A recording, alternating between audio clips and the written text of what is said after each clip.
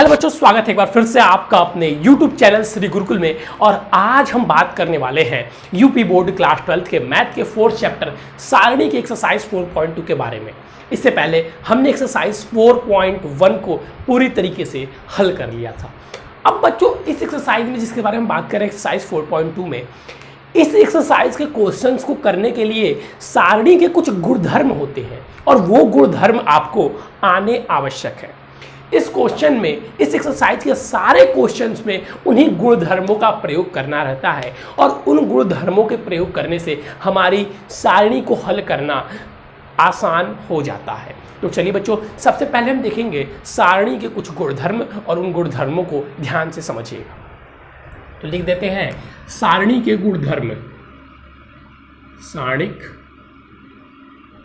के गुणधर्म।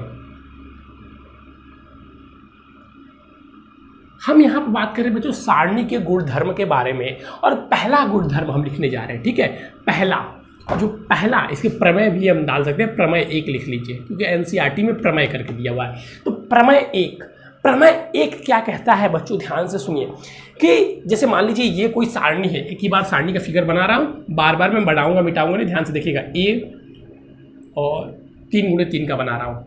अच्छा, पता है ना कि वर्ग आव्यूह ही बस सारणी, बस किसी वर्ग आव्यूह का ही सारणी ज्ञात किया जा सकता है और किसी भी आव्यूह का सारणी ज्ञात नहीं किया जा सकता। केवल वर्ग आव्यूह का ही सारणी ज्ञात किया जा सकता है, ये आपको पता होगा। ये हो गया 1 1 1, ये हो गया 1 1 2, ये हो गया 1 A 1 3। इसको क्या नाम दे दिया, इसको दे दिया जाए B1 1, नहीं B2 1, B2 2। अरे ए कहाँ से आ गया, B2 2। ए वाला ही नेम दे दे, ए वाला ही नेम दो, सब ए ही रखो। चलो A2 1, A2 2, A2 3, A3 1, A3 2, A3 3। ये हमारा एक सारणी है और हमें पता है कि ये जो होता है इसको हम पंक्ति कहते हैं। क्या कहते हैं? पंक्ति। और इसको क्या कहते हैं? स्तंभ। तो ये जो पूरा ब्रैकेट है, ये पूरा ब्रैकेट क्या कहा जाता है? ये पूरा पंक्ति। और ये पूरा ब्रैकेट क्या कहा जाता है? सर ये पूरा ब्रैकेट कहा जाता है स्तंभ। तो पहला प्रमेय हमारा है बच्चों कि किसी सारणी के यदि पंक्ति एवं स्तंभ को, किसी सारणी के सभी पंक्ति एवं स्तंभ को आपस में परिवर्तित कर दिया जाए तो उससे सारणी का मान नहीं बदलता है। यानी कि इस पंक्ति को यहाँ पे ले आया जाए, इस पंक्ति को, जो दूसरी पंक्ति को दूसरा स्तंभ बना दे, तीसरी पंक्ति को तीसरा स्तंभ बना दे। समझ रहे हैं? मतलब पहली पंक्ति को पहला स्तंभ बना दे, दूसरी पंक्ति को दूसरा स्तंभ बना दे और तीसरी पंक्ति को तीसरा स्तंभ बना दे। अगर हम ऐसा करते हैं तो सारणी के मान में किसी भी प्रकार का परिवर्तन नहीं आएगा। सारणी के मान में किसी भी प्रकार का परिवर्तन नहीं आएगा। तो लिख लीजिएगा, किसी सारणी के पंक्ति एवं स्तंभ को परस्पर परिवर्तन करने से, परस्पर परिवर्तन करने पर उनके मान में परिवर्तन नहीं होता। उनके मान या सारणी के मान में करने पर सारणी के मान में कोई परिवर्तन नहीं होता है। ठीक है, अगर पहली पंक्ति को पहला स्तंभ बना दे, दूसरी पंक्ति को दूसरा स्तंभ बना दे, तीसरी पंक्ति को तीसरा स्तंभ बना दे, तो सारणी के मान में किसी भी प्रकार का परिवर्तन नहीं होगा। क्या नहीं होगा? सारणी के मान में किसी प्रकार का परिवर्तन नहीं होगा। चलिए हम नेक्स्ट चलते हैं। प्रमेय दूसरा, प्रमेय संख्या दूसरी। अब प्रमेय संख्या दूसरी क्या कहती है?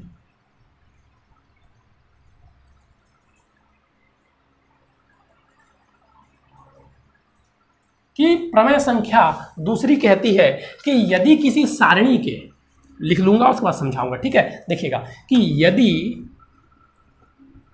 किसी सारणी के परस्पर दो स्तंभों या दो पंक्तियों को आपस में परिवर्तन किया जाता है, किया जाता है, तो सारणी का मान क्या हो जाता है? सारणी का मान ऋणात्मक हो जाता है, ऋणात्मक हो जाता है। यानी कि समझिएगा, हमने अब इस बार हम क्या कर रहे हैं प्रमेय 2 में कि जो पहली पंक्ति थी और इस दूसरी पंक्ति थी, तो दूसरी पंक्ति को ऊपर लेके चले गए और पहली पंक्ति को नीचे लेकर आ गए। तो इस स्थिति में भी क्या होता है कि मान लीजिए पहले जो सारणी थी इसका मान था a, और फिर जब परिवर्तन हम कर दिए तो जो a होगा ये a ही रहेगा, लेकिन बस इसका चिन्ह चेंज हो जाएगा, ये ऋणात्मक हो जाएगा। अरे यहाँ पे का मान ऋणात्मक हो जाएगा मत लिखिए, सारणी का चिन्ह परिवर्तित हो जाएगा, चिन्ह परिवर्तित हो जाएगा, क्योंकि अगर ऋणात्मक आ रहा है हो जाएगा, अगर मान ऋणात्मक आ रहा है तो वो धनात्मक हो जाएगा, ठीक है। तो चिन्ह परिवर्तित हो जाएगा। अगर हम ये पहला स्तंभ था, ये दूसरा स्तंभ था, तो हमने दूसरे स्तंभ को पहले पे रख दिया और पहले स्तंभ को दूसरे पे ला दिया। तो इस स्थिति में क्या थी, अगर पहले सारणी का मान a आ रहा था तो माइनस a आएगा, और पहले अगर माइनस a आ रहा था तो अब क्या आएगा, अब a आएगा। समझ में आ रहा है? तो किन्हीं दो स्तंभों या दो पंक्तियों को आपस में परिवर्तन करने पर सारणी के जो चिन्ह, सारणी का जो मान होता है उसका चिन्ह परिवर्तित हो जाता है, ठीक है, उसका चिन्ह परिवर्तित हो जाता है। चलिए अब नेक्स्ट पे आते हैं हम लोग।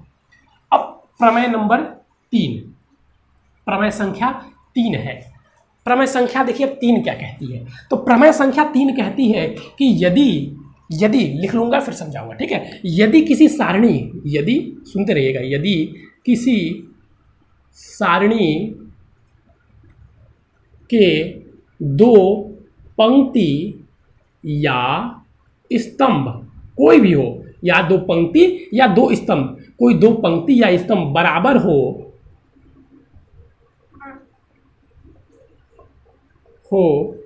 या कोई एक पंक्ति शून्य हो,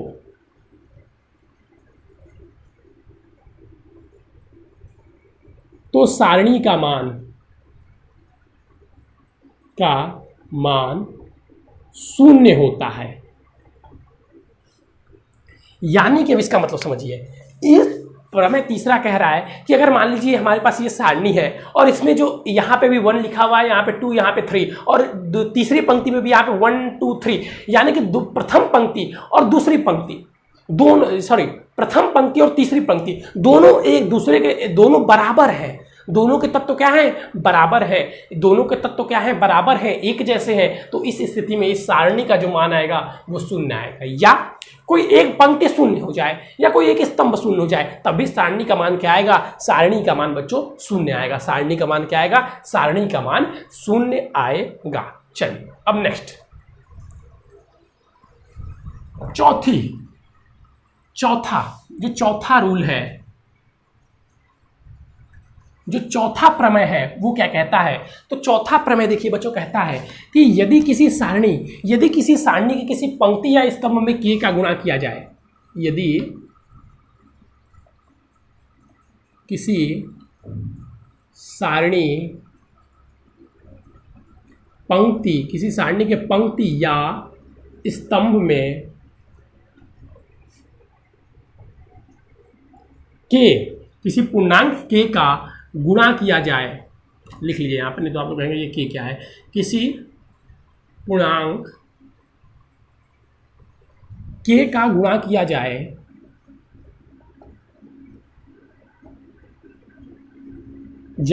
तो सारणी का मान k गुना हो जाता है, सारणी का मान k गुना हो जाता है। के गुना क्या होता है, हो जाता है। कैसे, समझिए इसको। अगर मान लीजिए सारणी है और इसका जो स्तंभ पहला, ये जो दूसरा पंक्ति है, इसको हम के से गुणा कर देते हैं सभी तत्वों को, तो ये पहले अगर सारणी का मान ए था तो अब क्या हो जाएगा, अब इसका मान हो जाएगा के ए, यानी कि सारणी के मान में किसका गुणा हो जाएगा, के का। ये कौन सा प्रमेय कहता है, ये प्रमेय संख्या 4 कहता है बच्चों। ये कौन सा प्रमेय कहता है, तो ये प्रमेय संख्या 4 कहता है कि सारणी का मान क्या हो जाएगा, सारणी का मान के गुना हो जाएगा। सारणी का मान क्या हो जाएगा, सारणी का मान के गुना हो जाएगा। ठीक है, चलिए अब पांचवा प्रमेय, पांचवा और छठवां प्रमेय। तो पांचवा प्रमेय देखिए, पांचवा प्रमेय देखेंगे हम लोग। पांचवा प्रमेय अब क्या कहता है, पांचवा प्रमेय कहता है कि यदि कोई सारणी, यदि किसी सारणी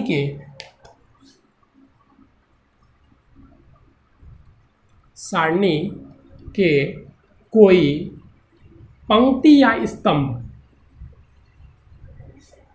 कोई पंक्ति या स्तंभ दो या दो से अधिक, दो ना, किसी सारणी पंक्ति के स्तंभों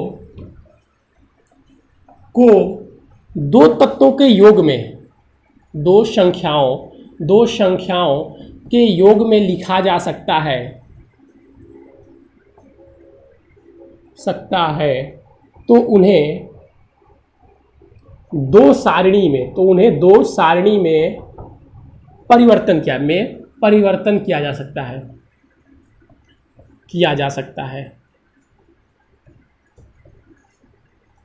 अभी ये मैं आपको समझाता हूं, ठीक है, किया जा सकता है।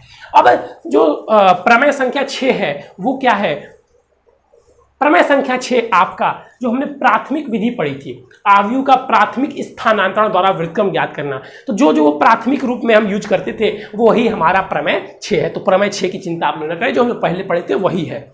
ठीक है, जो प्राथमिक विधि हम लोग पढ़े थे। अब इसको समझिए, प्रमेय 5 को। प्रमेय 5 कह रहा है कि जैसे मान लीजिए ये हमारा आव्यूह है, ये हमारा क्या है, सारणी है, और इसमें कोई तत्व, कोई पंक्ति, किसी पंक्ति को हम लिख सकते हैं A1 A2 अल्फा, अरे यार ये गलत लिख रहे हैं क्या, A1 ये 1 कर दीजिए, A12 कर दीजिए, A13 प्लस अल्फ़ा, फिर ऐसे लिखा हुआ है A21 A22 A33, ठीक है, फिर A31 A32 और A33। अरे सर यहाँ पे क्या लिख दिए, 23 लिखो। ठीक है, तो इस सारणी को अगर इस प्रकार है, यानी कि किसी एक पंक्ति या किसी एक स्तंभ को हम दो संख्याओं के योग के रूप में लिख सकते हैं, तो हम इसे दो सारणी के योग के रूप में भी लिख सकते हैं। कैसे, देखिए ऐसे हम लिख सकते हैं A1 फिर A21 फिर क्या है A31 फिर क्या है सर जी A12 फिर है A13 फिर है A22 फिर A23 फिर A32 फिर A33। हम इसमें प्लस करके लिख सकते हैं क्या, हम इसमें प्लस करके लिख सकते हैं फिर वही चीज अल्फा अल्फा अल्फा, और यहाँ पे A21 A22 A23, फिर यहाँ पे A31 A32 A33, यानी कि हम इस एक सारणी को दो सारणियों के योग के रूप में लिख सकते हैं, दो सारणियों के योग के रूप में लिख सकते हैं। यही है हमारा प्रमेय 5, यही है हमारा प्रमेय 5। मतलब और सारी चीजें वही हैं, इसको बस ऊपर से चेंज कर दिया गया और दो के योग में के रूप में लिख दिया गया। यही थे हमारे सारणी के 5 गुणधर्म। और छठवां मैं बता ही रहा हूं, जो हमने प्रथम रूपांतरण विधि पढ़ा था वही हमारा छठवां प्रमेय है, वही सेम टू सेम हमारा छठवां प्रमेय है। तो इसको जल्दी से बच्चों अगर आप लोगों ने लिखा है तो लिख लीजिएगा, ठीक है, नहीं तो ऐसे आपको बुक में भी मिल जाएगा, लेकिन बुक में खोजना पड़ेगा और इतने साफ साफ आसान शब्दों में नहीं मिलेगा। तो वीडियो को वहीं पे पॉज कर लिया कीजिए, लिख लिया कीजिए, तब आगे बढ़ा कीजिए। ठीक है, अब हम चलते हैं एक्सरसाइज के क्वेश्चंस पे, एक्सरसाइज के क्वेश्चन पे। अच्छा, दूसरी बात बच्चों, इस एक्सरसाइज के मैं आपको सारे क्वेश्चन नहीं कराऊंगा, मैं बहुत छोटे छोटे ही क्वेश्चन कराऊंगा, क्योंकि इसमें सारणी बनाना रहता है और एक मेरा ब्लैक बोर्ड तुरंत भर जाएगा। तो जो छोटे छोटे क्वेश्चन हैं, देखिए तरीका सबका वही है, सब में गुणधर्म ही हमें यूज करना है। तो जो क्वेश्चन हमारे ब्लैक बोर्ड पे कराने लायक होंगे तो मैं बहुत ही कम ही क्वेश्चन कराऊंगा, और सारे क्वेश्चन, घबराइए मत आप लोगों को, और सारे क्वेश्चन के सॉल्यूशन आप लोगों को आपके व्हाट्सएप में मिल जाएंगे। सारे इस एक्सरसाइज के सारे क्वेश्चन के सॉल्यूशन आपको आपके व्हाट्सएप पर मिल जाएंगे आज ही। तो एक बात ध्यान रखिएगा सबसे पहले कि हो सकता है ये वीडियो पहले अपलोड हो रही है, कुछ देर बाद आपको मिले। और दूसरी बात, दूसरी बात ये है कि जो क्वेश्चन अभी कराए जा रहे हैं उनको ध्यान से समझिएगा, क्योंकि सारे क्वेश्चन ऐसे ही करने हैं आप लोगों को। तो सबसे पहले क्वेश्चन नंबर 1 मैं लेता हूँ और क्वेश्चन नंबर 1 लिखता हूँ, क्योंकि क्वेश्चन नंबर 1 ज़्यादा बड़ा है नहीं। तो क्वेश्चन नंबर देखिए 1 आपको क्या कह रहा है कि इसमें सारणी के गुणधर्मों का प्रयोग करके ही से मान निकालना है। देखिए जब आपको ये बोल देगा कि सारणी के गुणधर्म का प्रयोग कर इसका मान निकालिए, तो आप इसको जो हम पहले ए बी के रूप में परासरण करते थे वैसे इसको हम विख्यात नहीं करेंगे, बड़ा नहीं करेंगे, हम इसे सारणी का गुणधर्म यूज करके ही मान निकालेंगे। कैसे? देखिए ए बी सी और एक्स प्लस ए और y प्लस बी, अच्छे से उसको सिद्ध करना है, y प्लस बी और z प्लस सी। तो हमें सिद्ध करना है कि सारणी का जो मान आएगा वो 0 आएगा। ये चीज़ें हमें सिद्ध करनी है। कैसे करेंगे? देखिए हमें ये सिद्ध करना है कि जो सारणी का मान आएगा वो 0 आएगा। तो हमने कहा ये तो बहुत छोटा सा क्वेश्चन है, ये करना तो हमारे बाएं हाथ का खेल है। हमने कहा कि देखिए यहाँ पे लिख देते हैं, तो आप कहेंगे सर कैसे आ गए। यहाँ पे हमने कहा कि हम क्या करते हैं कि जो हमारा ये क्या हो जाएगा, थर्ड C3 का मतलब क्या होता है, कॉलम 3, और कॉलम 3 मतलब स्तंभ 3। तो जो हमारा स्तंभ तीसरा है, इस तीसरे स्तंभ में से हम घटा देते हैं। क्या घटा? ऐसे ही लिखेंगे सर? नहीं, हम ऐसे लिखेंगे C3 tense to C3 minus में हम घटा देते हैं क्या, C1 प्लस C2, यानी कि C1 C2 को जोड़ के हम C3 में से घटा देते हैं। हमने बोला चलो भाई घटा देते हैं, तो x प्लस ए को घटाएंगे x प्लस ए में से, तो क्या आ जाएगा, पहले इसको लिख लीजिए y b, ये इसमें कोई परिवर्तन नहीं होगा, a b c। अब x प्लस ए को जोड़िए, क्या हो जाएगा, x प्लस ए हो जाएगा, और उसको x प्लस ए में से घटा दीजिए, क्या आ जाएगा 0। फिर y प्लस बी जोड़िए, तो y प्लस बी आएगा, और y प्लस बी को y प्लस बी में घटाएंगे, क्या आएगा 0। ठीक, z प्लस सी जोड़िए और घटाइए, z प्लस सी में 0 ही आएगा। सर ये तो 0 आ गया। तो जब 0 आ गया तब हमने पढ़ा था कि यदि प्रमेय तीसरा कि यदि किसी सारणी के किसी एक पंक्ति या किसी एक स्तंभ का मान 0 हो तो सारणी का मान क्या हो जाता है, 0 इक्वल टू RHS। अब यहाँ पे लिखेंगे भी, क्योंकि पहले आप चाहें तो यहाँ पे ऐसे भी लिख सकते हैं इक्वल टू, या पहले यहाँ पे LHS इक्वल टू RHS मतलब कि यहाँ पे लीजिएगा क्योंकि स्तंभ 3 C3, क्योंकि स्तंभ 3 के सभी तत्वों के मान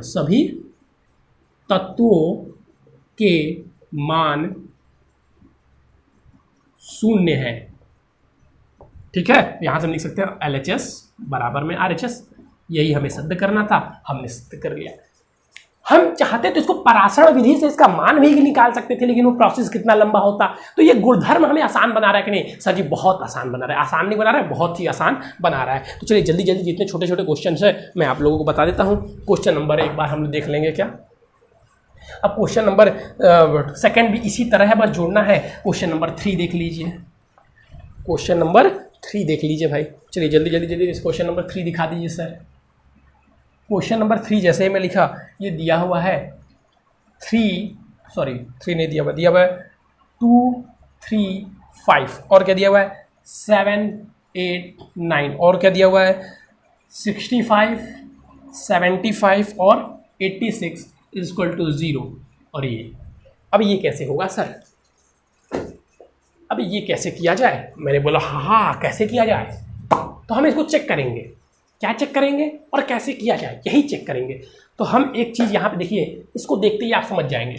9 का मल्टीप्लाई करें और उसमें ये जोड़ दें तो क्या होगा 63 + 2 65, और 65 में 65 घटाएंगे 0 हो जाएगा। फिर इसमें 9 का मल्टीप्लाई कर 72 जोड़ेंगे तो हो जाएगा। यानी कि जो हमने ट्रिक लगाए थे ये क्या है, सही है। तो हम क्या लिख सकते हैं C3 tense to C3 minus में फिर वही चीज़ क्या C2 9 मल्टीप्लाइड बाई C2, और इसमें से माइनस, और इसमें जोड़ते क्या है हम C1 यानी कि स्तंभ 1, और यही हम फॉर्मूला लगाएंगे तो चीज़ें हमें क्या हो जाएंगी देखते हैं हम। ये तो उसी प्रकार आएगी 2 3 5 7 8 9, और हमने अब क्या देखा 7 में 9 का मल्टीप्लाई करते हैं तो 63 और 2 जोड़ते हैं तो 65।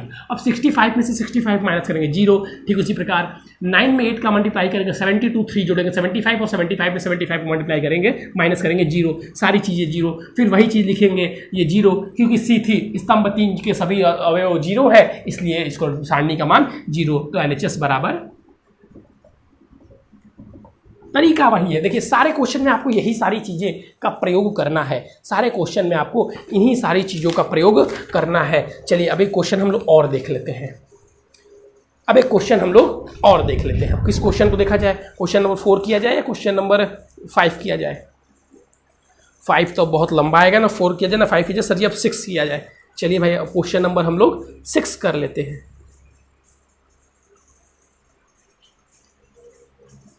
चलिए अब हम क्वेश्चन नंबर 6 लिख लेते हैं क्योंकि क्वेश्चन नंबर 5 बड़ा हो जाएगा। हम क्वेश्चन नंबर अब 6 कर लेते हैं। क्या कहता है क्वेश्चन नंबर 6? क्वेश्चन नंबर 6 अगर हम बनाएं तो 0 माइनस में b, और बड़ा का मतलब ये नहीं है बच्चों को क्वेश्चन हार्ड है, क्वेश्चन हार्ड नहीं है। जैसे आप जो प्लस माइनस कर रहे हैं, देखिए पूरे क्वेश्चन में तो आप लोग देख ही रहे हैं कैसे प्लस माइनस करना है और आपको विधि लगानी है, जैसे कि वो क्वेश्चन बड़े हुआ करते थे, ठीक है। लेकिन अब जो क्वेश्चन जो आव्यूह को हम बड़े दूर में लिखना है उनको करना तो हमारे बस की बात नहीं है, क्योंकि हमारा ब्लैक बोर्ड छोटा है और आपको किस पे करना है, कॉपी पे करना है, और आप जितने चाहे उतने पेजों का यूज कर सकते हैं। चलिए तो हम यहाँ पे देखते हैं।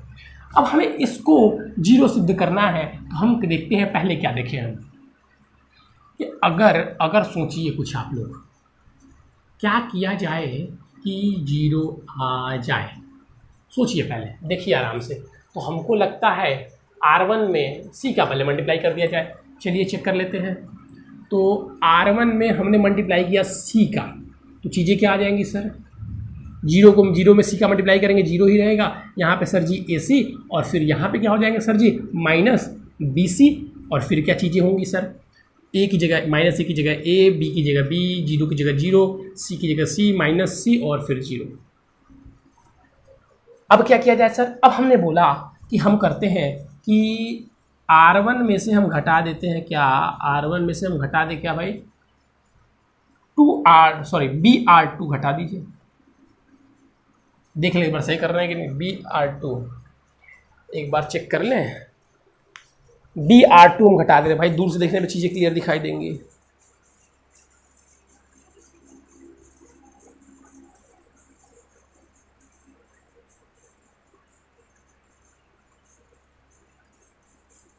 चलिए करके चेक करते हैं। BR2 हाँ 0 तो हो रहा है, ठीक है। चलिए देखिए यहाँ पे, तो अब हमने ये जो प्रोसेस किया तो ये R1 देखिए यहाँ पे, अब ये 0 था, ये हमने R2 में B का मल्टीप्लाई किया और फिर घटा रहे हैं। क्या चीज़ें हो जाएंगी सर जी? यहाँ पे आप मल्टीप्लाई करेंगे तो चीज़ें हो जाएंगी, माइनस कर रहे हैं तो सर जी इसमें से घटाएंगे, B का मल्टीप्लाई करेंगे, B का मल्टीप्लाई किए तो माइनस AB हो जाएंगी। Very good. और 0 मल्टीप्लाई करके सर 0 ये AC ही रहेगा, और सर ये 0 हो जाएगा। बिल्कुल, इसमें B का मल्टीप्लाई कीजिए और जोड़ेंगे तो 0 हो जाएगी। फिर ऐसी ही चीज़ें आ जाएंगी, A 0 minus C, B C 0। अब ये बताइए अब क्या प्रोसेस किया जाए? तो मुझे लग रहा है C का मल्टीप्लाई किया जाए।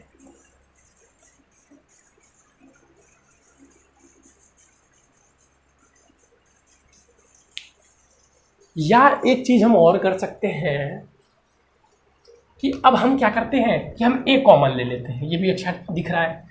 A जैसे ही हम कॉमन लेंगे, देखिए बन गया minus B C 0 minus A 0 minus C। एक सेकेंड, यहाँ पे मल्टीप्लाई करने माइनस और माइनस करने यहाँ प्लस हो जाएगा ना जी, ठीक है। तो माइनस C और फिर B C 0। अब यहाँ पर हमें क्या दिखा? यहाँ पर हमें दिखा कि जो पंक्ति R1 यहाँ पे लिखे ना, यहाँ पे लिखेंगे ना, ठीक है, ये भी लिखते हैं। देखिए जो पंक्ति R1 है वो R3 के बराबर है। ये देखिए इसका दो पंक्ति अगर या दो स्तंभ आपस में बराबर, सारणी का मान क्या होता है 0, तो इसका मान क्या आ जाएगा A इंटू में 0 इक्वल टू 0। यही क्या हो जाएगा बराबर RHS। बराबर क्या हो जाएगा बच्चों? RHS बराबर क्या हो जाएगा सर जी? बराबर हो जाएगा RHS के। चीज़ें देखिए और चीज़ों को ध्यान से समझिए बच्चों। चीज़ों को देखिए किस प्रकार प्रश्न हल किए जा रहे हैं। बहुत ही आपको परेशानी और बहुत डिफ़िकल्ट क्वेश्चन नहीं है, ठीक है। ऐसा नहीं कि बहुत ही डिफ़िकल्ट है या बहुत ही, अब देखिए कुछ क्वेश्चन में आप लोगों को हो सकता है कि आगे सॉल्व भी करना पड़े। जैसे कि एक क्वेश्चन दिया हुआ है, कौन सा है भाई? एक क्वेश्चन नंबर हम लोग क्या देख लेते हैं, चलिए एक क्वेश्चन नंबर 7 देख लेते हैं लास्ट। क्वेश्चन नंबर 7 देख लेते हैं हम लोग। क्योंकि उसके बाद से सारे क्वेश्चन जो आपके हैं ना 1-1.5 पेज में जाएंगे, 1-1.5 पेज में जाएंगे, क्योंकि बड़ी बड़ी सारणी बनानी होगी। क्वेश्चन नंबर 7 देखिए, इसको इसलिए बता रहा हूँ, इसमें थोड़ा सा और अलग है, नहीं तो बस आप सारणी का प्रमेय ही यूज करते रह जाएंगे। A² BA CA AB और -B² CB AC BC -C² equal to 4A² B² C²। एक चीज़ याद रखिएगा बच्चों, अगर किसी भी सारणी में, एकदम ट्रिक बता रहा हूँ, ये कोई नहीं बताता है, अगर किसी भी सारणी में कॉमन मिल जाए तो सबसे पहले हम कॉमन लेंगे। इसमें क्या कॉमन मिल रहा है? जी सर कॉमन मिल रहा है। इसमें से देखिए ए कॉमन ले सकते हैं, इसमें देखिए बी कॉमन ले सकते हैं, तीसरी पंक्ति में सी कॉमन ले सकते हैं। तो मैं ए बी सी तीनों कॉमन ले लिया, क्या बचा सर जी? बचा -A। सर जी बचा, इसमें बी कॉमन लिया तो सर जी बचा ए।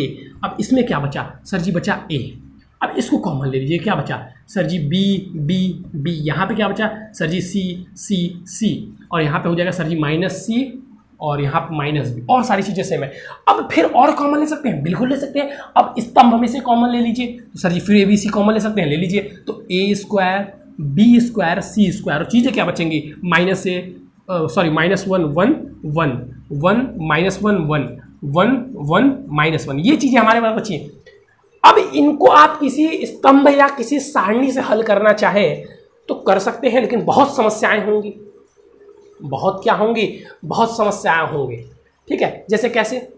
हम इसको अब जोड़ देते, इसको देखिए, आप चाहें तो आप प्रसारण विधि से भी हल कर सकते हैं, या आप चाहें तो स्तंभ वाली विधि से भी हल कर सकते हैं। कैसे सर? देखिए हम इसको खोल देते हैं ब्रैकेट को, तो A² B² C², तो ये क्या चीज़ें हो जाएंगी सर जी?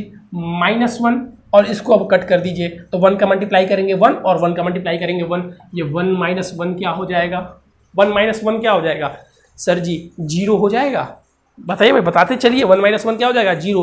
फिर ऐसे ही अगर हम चीज़ें देखेंगे तो ये हो जाएगा -1, फिर क्या हो जाएगा? -1 और फिर -1, ठीक है, फिर प्लस, ठीक है। फिर अब इसका मल्टीप्लाई कीजिए, फिर अब इसको लेंगे 1 को और कट करेंगे, तो क्या चीज़ें आ जाएंगी? 1 + 1 चीज़ें क्या आ जाएंगी सर? चीज़ें आ जाएंगी 1 + 1, तो 1 लेके 1 + 1, बस हो गया। अब चीज़ों को सॉल्व कर दीजिए, A² B² C², और ये तो 0 हो जाएगा।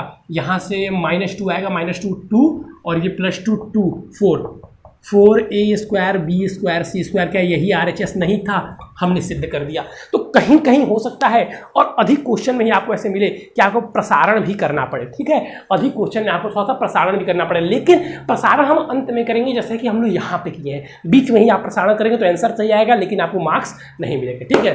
तो चलिए बच्चों, आज के लिए बस इतना ही। अगर आप हमारे चैनल पर नए हैं तो हमारे चैनल को सब्सक्राइब कर लीजिए, और डिस्क्रिप्शन में व्हाट्सअप नंबर दिया, उसको ले लीजिए। और ये सारे क्वेश्चन आपको जो इस एक्सरसाइज के बचे हुए हैं व्हाट्सअप पर मिल जाएंगे। अब जितने बच्चों प्रश्न है वो ब्लैक बोर्ड पर नहीं करवाए जा सकते, ठीक है, वो ब्लैक बोर्ड पर नहीं करवाए जा सकते, ठीक है बच्चों। तो चलिए, और करवाए भी जा सकते हैं तो बहुत इंक बर्बाद होगा, 2-2 बार मिटाना पड़ेगा, एक बार में एक क्वेश्चन को हम नहीं करवा पाएंगे, ठीक है, क्योंकि बड़े क्वेश्चन है, एक ब्लैक बोर्ड पर नहीं आएगा, ठीक है। तो चलिए बच्चों, आज के लिए बस इतना ही। Thank you, have a nice day.